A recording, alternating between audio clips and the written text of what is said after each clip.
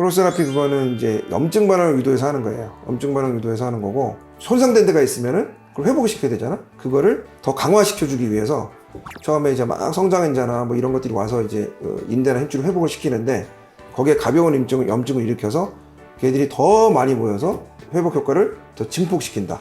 그래서 증식시킨다. 뭐 인대가 강화된다. 뭐 이런 의미로도 쓰는 그런 치료를 프로로 치료라고 합니다.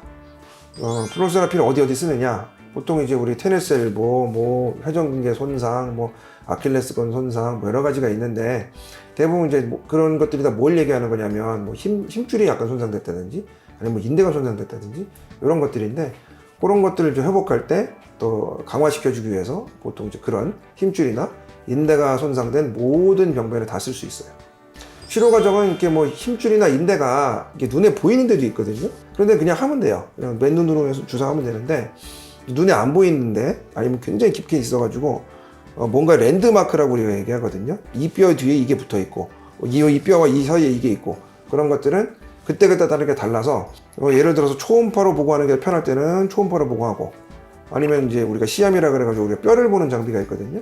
그 뼈를 보는 장비를 보고서 뼈와 뼈 사이, 혹은 그 뼈의 옆에, 그 뼈의 뒤에 이런 걸 보고 하는 게 편할 때는 시암 장비 이용해서도 합니다.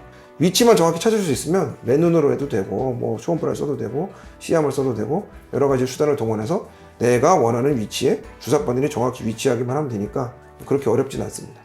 일단은 간단하기 때문에 뭐 여러 환자분들, 뭐 조금 이제 체력이 떨어지신 분들이나 노령분들이나 또 운동선수들한테도 쓸 수 있고요. 손상을 뭐 잘라내고 뭐 하는 그런 치료가 아니고 비수술 치료이기 때문에 여러 가지 환경에 있는 사람들은 다 할 수가 있고, 뭐 시간도 짧고 좀 간단하다. 그런 장점이 있겠습니다. 부작용이라기보다도 큰 단점이 하나 있는데, 이게 염증 반응을 유도해서 강화를 시켜준다 그랬잖아요. 그러다 보니까 아예 아파서 병원에 갔는데 주사 맞으면서 더 아픈 거야. 가능해요. 그런 분들이 있어요.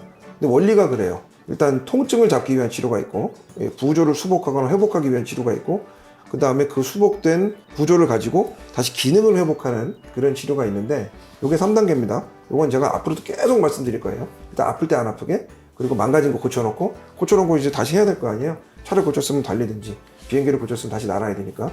그것처럼 이거는 과정이 회복시켜주는 치료인데, 수술한다 그러면 뭐 자르고 뭐 붙이고 해야 되잖아요. 당연히 엄청 아프죠. 그것도 그 와중에 있는 치료이기 때문에 통증이 좀 수반됩니다.